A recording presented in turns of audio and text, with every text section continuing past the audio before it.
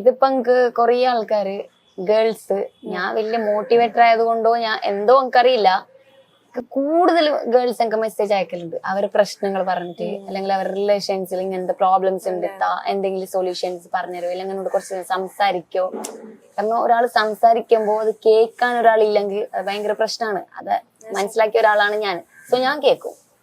വെറുതെ ആൾക്കാര് മെസ്സേജ് അയക്കുമ്പോൾ ഞാൻ നോക്കിയില്ലെങ്കിലും ഇങ്ങനത്തെ പ്രശ്നമാണെങ്കിൽ ഞാൻ കേൾക്കും. എന്നോട് കരയുന്നവരെ ഉണ്ട്, കുട്ടികൾ ഇങ്ങനെ സംസാരിച്ച് കരഞ്ഞിട്ട്. ഇപ്പൊ ഞാൻ എന്ത് സൊല്യൂഷൻസ് അവർക്ക് കൊടുക്കുമെന്ന് അറിഞ്ഞിട്ടല്ലായിരിക്കും, കേട്ടിരിക്കാൻ ഒരാളുണ്ട് എന്ന് അനുസരിച്ചിട്ടായിരിക്കും. എന്നോട് കുറെ ആൾക്കാർ അങ്ങനെ പറയുന്നുണ്ട്. ഞാൻ കേട്ട് നിൽക്കലുണ്ട്, എന്റെ സൊല്യൂഷൻസ് പറ്റുന്ന പോലെ ഞാൻ പറയലുണ്ട്.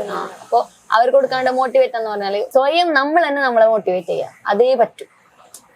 നമ്മൾ തന്നെ വിചാരിക്കണം. അപ്പൊ ഞാൻ നിനക്ക് പറഞ്ഞു തരും ഒരു ലിമിറ്റ് വരെ, നീ ഇങ്ങനെ ചെയ്യരുത്, നീ അങ്ങനെ ചെയ്യാൻ പാടില്ല, അത് നിനക്ക് നല്ലതല്ല, നീ കുറച്ചുകൂടി ബോൾഡ് ആവുന്നല്ല, എനിക്ക് പറഞ്ഞു തരാനേ പറ്റൂ. അത് പ്രവർത്തിക്കേണ്ടത് നീയാണ്.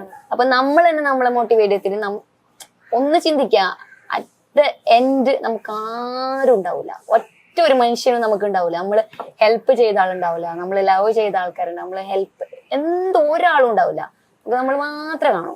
അത് തിങ്ക് ചെയ്യുക.